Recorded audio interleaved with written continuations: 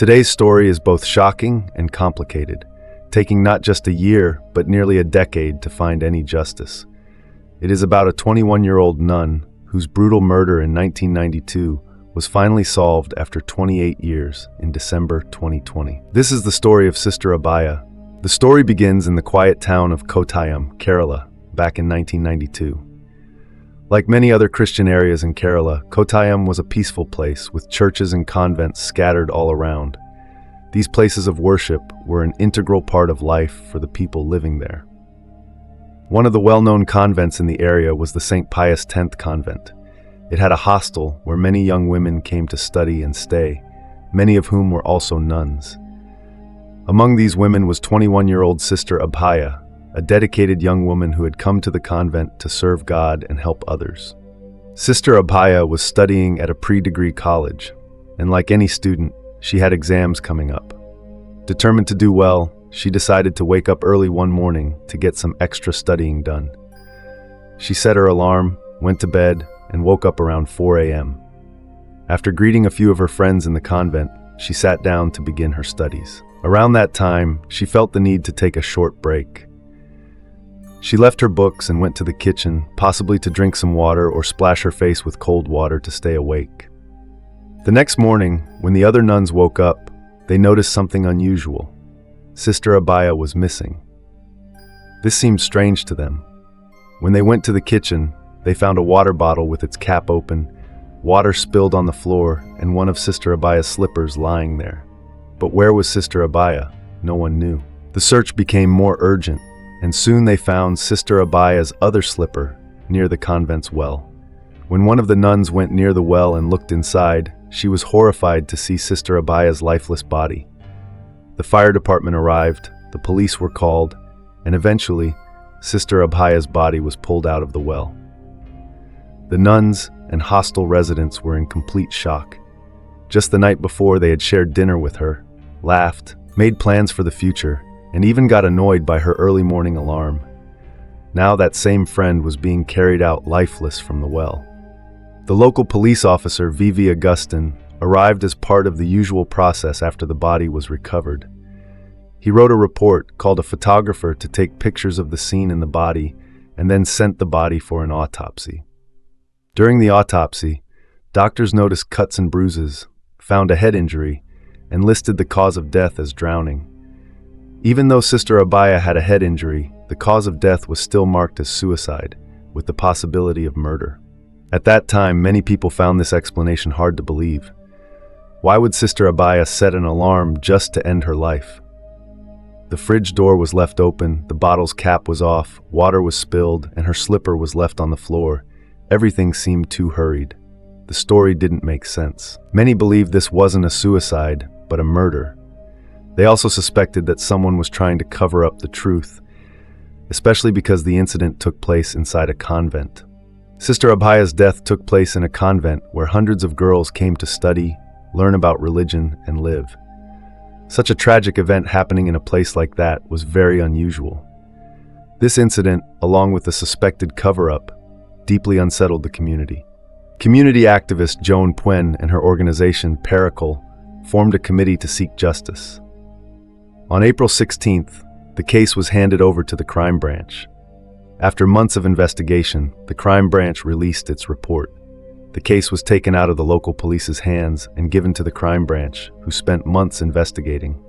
In the end, they concluded that Sister Abaya's death was a suicide. By then, Sister Abaya had already been buried, and her clothes had been destroyed, leaving very little medical evidence behind. However, the case had become a huge topic of discussion in Kerala. The media was full of stories, and people across the state were coming up with their own theories about what had really happened. The nuns were unhappy with how things were progressing. There was pressure from the media, activists, and society itself. Naturally, the case was passed to a higher authority. The Central Bureau of Investigation, CBI, took over, and a fresh investigation began. The CBI approached the case differently, looking for fresh clues and re-interviewing old witnesses. Everything seemed to be moving smoothly, but then something shocking happened. In 1994, CBI officer Vargas P. Thomas held a press conference and revealed something surprising. He claimed he had been pressured to declare the case as a suicide. Unable to withstand this, he chose to leave his job nearly 9 years before his scheduled retirement. You can imagine the chaos that followed his statement. The case became a significant news story again. People couldn't understand why it was getting so convoluted. Where was this pressure coming from? Why was the case so difficult to solve? The CBI team continued to investigate, despite lacking substantial medical evidence. Later, they carried out several dummy tests. They created a doll matching Sister Abhaya's size and weight and threw it into the well in different ways. They carefully observed the doll's injuries and compared them to those found on Sister Abhaya's body. However, even after these tests, no clear answers emerged. In 1996, 3 years after the investigation began, the CBI submitted a report. It stated, "We believe this should be treated as a murder case. We tried everything possible to identify those responsible for this tragic event, but despite all our efforts, we couldn't achieve any solid results." 4 years after the incident, despite the efforts of the local police, the crime branch, and now the CBI, the truth about Sister Abaya's death remained unknown. The earlier report was rejected, and a new CBI team was assigned. This team carried out another investigation. By 1999, 3 years later, they concluded that Sister Abaya's death seemed like a murder. The key factor in this conclusion was medical findings. This time, not one, but a group of 3 doctors examined the body. They found several injuries that were absent in the first postmortem report. These injuries had been missed earlier. Let's revisit the day of the incident. Many nuns at the convent noticed additional injuries on Sister Abhaya's body. Vivi Augustin, the officer I mentioned earlier, had even called a photographer to the scene. The photographer closely examined Sister Abaya's body and captured images showing injuries that were not mentioned in the earlier reports or postmortem. When her body was recovered, many nuns were present. They too observed these injuries. Several marks were noted that hadn't been included in the original postmortem report. After 7 years of investigation, it became evident that Sister Abaya did not take her own life. It appeared to be a murder. The activists from Pericle's Action Committee grew angry. Discussions and conspiracy theories began to surface. Some media reports suggested the first investigation was poorly handled. They claimed that Sister Abhaya was buried too quickly, her clothes were burned, and even her diary was destroyed. Many suspected that powerful individuals were attempting to cover up the truth. Theories spread rapidly across Kerala, leaving people to wonder, how could such chaos surround this case? Why was crucial evidence mishandled? Disappear, then a new team began investigating again, and in 2007, a shocking revelation came to light. By now, the case had been under investigation for 15 years. There were many witnesses, but some had turned against the case, and others had even died. Many suspects had been questioned, but no solid proof was found against anyone. Then, out of nowhere, a witness stepped forward, offering a key clue to the case. But who was this witness? The witness was none other than a thief, an ordinary, unknown thief from 1992. Could his testimony really be trusted? Surprisingly, not only was his statement taken seriously, but it also changed the entire direction of the case. If you've watched this far, please give a like to this video and help us reach 30,000 subscribers. Thank you. This man was Adakar Raju, who admitted that he had committed thefts around 1992. He used to steal from different places, sell the stolen items, and use the money to feed himself and his family. On March 27th, Adakar Raju went to St. Pa convent with the plan to steal. His goal was to climb to the roof of the convent, where there were copper rods and wires meant to protect against lightning, take them and sell them. He arrived in the dark of night to carry out his theft, but what he saw there was so unusual that it stayed in his mind for years. He noticed someone sneaking onto the campus in the dark, and the presence of that person was very strange. He saw a priest there, Father Thomas Couture. This raised a question. What was a priest doing at the girls' hostel at such a late hour? Adakar Raju claimed he also saw Father Jose Putri Kail and Sister Sefi. This is where things get really creepy. As mentioned earlier, Raju had a simple way of working. He would steal items from different places and sell them to a scrap dealer. That night, when he witnessed the strange incident, he felt helpless. How could he speak up when he was there to commit a crime? The next day, he read about Sister Abaya and then saw the police's comments about her case. That's when he began to feel that something was truly wrong. He had gone to steal, and if he told anyone about that night, he would have to admit to his own crime. Adhikar Raju did something surprising. He went to the police and told them what he saw that night. Imagine what happened next. When they heard his story, the police listened to his account and then arrested him, accusing him of the murder. They created a simple theory. Adhikar Raju entered the convent that night to steal. While he was stealing, he ran into a nun. When she screamed, he panicked, killed her, and tossed her body into the well before escaping. Simple. Adhikar Raju was held for 58 days, during which he reportedly faced different kinds of torture. He said he was pressured to take the blame for the murder. He claimed he was offered bribes, money, a job, help for his children's schooling, and even a house if he confessed to the crime. His scrap dealer, Shamir, was also said to be tortured and pushed to blame Raju for everything. However, both Adhikar Raju and Shamir refused to back down. When Raju wouldn't give in to the lure of money, they threatened him with several false charges. But what made him stand firm against this corrupt system? It was his honesty. Later, throughout this dirty game, Adhikar Raju was the one who stood strong in his truth.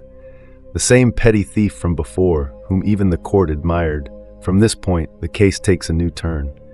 The CBI now had two main suspects, Father Thomas Couture and Father Jose Putri Kale. In fact, a neighbor who lived near the convent claimed he had seen Father Thomas Couture's scooter parked there on the night of March 26th. This neighbor went to a nearby shop for tea, and when he returned around midnight, he noticed the scooter outside the convent. At the time, he didn't think much of it. However, later he changed his story, saying, "I said that under pressure." He was one of many witnesses who turned against the case. But hold on. When Adhikar Raju told the police about this, they already knew there were some suspects. Why didn't they investigate this further? Why didn't they look into Raju's account even a little bit? Or was someone telling them to set up Raju? Raju was being offered money. Who had enough money to back that? And the biggest question, if Raju was telling the truth, what was Father Couture doing at the convent that night? A rumor started to spread that Father Couture had told a friend he and Sister Sifi from the convent were like a married couple. Even before this, many people had raised similar claims. Some of the nuns in the convent discussed it among themselves, and others outside shared their thoughts too. Finally, in 2008, based on Raju's statement, the CBI named Father Thomas Couture, Sister Sifi, and Father Jose Putri Kale as the main suspects in this murder case. After this, the defense lawyer for the accused tried to undermine witness Raju by painting him as a professional criminal in court. He brought up about 10 criminal cases against Raju, most of which had him as the accused. Raju did not deny his criminal past, which turned the lawyer's argument against him. Even though he admitted to his previous crimes, Raju stood firm in his testimony, determined to seek justice for Sister Abaya's murder.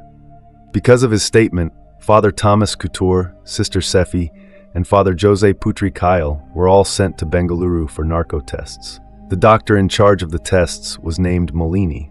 The results of the tests were recorded on 3 CDs, which were then sent to the Kerala Judiciary Court and the Kerala High Court.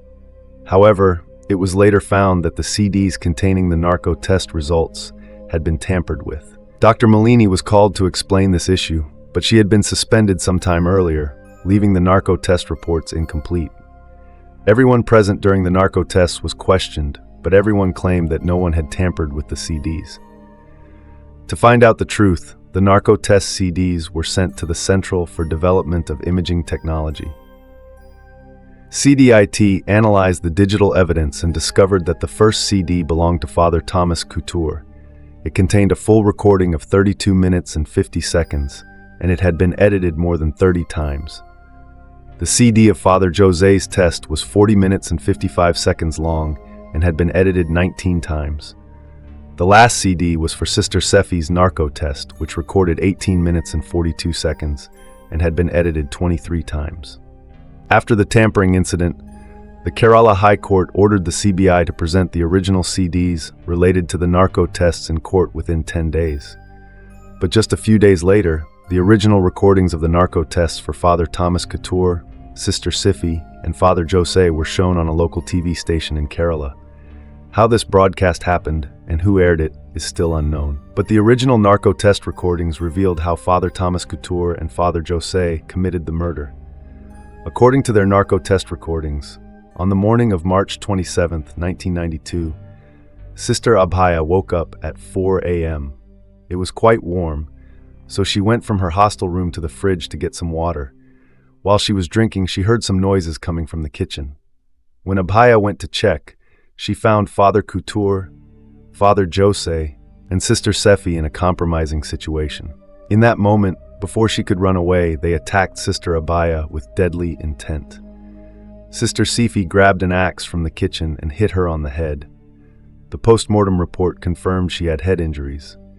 After that, they dragged her to the well and threw her in to cover up their crime. After this CD was aired, the CBI started questioning all three of them in their office. However, in 2009, all three were released on bail. It was shocking that Father Jose was cleared of any wrongdoing in this case. From 2009 to 2019, many hearings took place, and in 2020, the Kerala High Court sentenced Father Thomas Couture and Sister Sefi to life in prison, based on the narco test results and Raju the thief's testimony. The court also fined both of them 5 lakh rupees. Thus, after 28 years, thanks to a thief, one of India's longest-running murder mystery cases was finally solved. What do you think about this story? Please share your thoughts in the comments, and don't forget to subscribe. Thank you.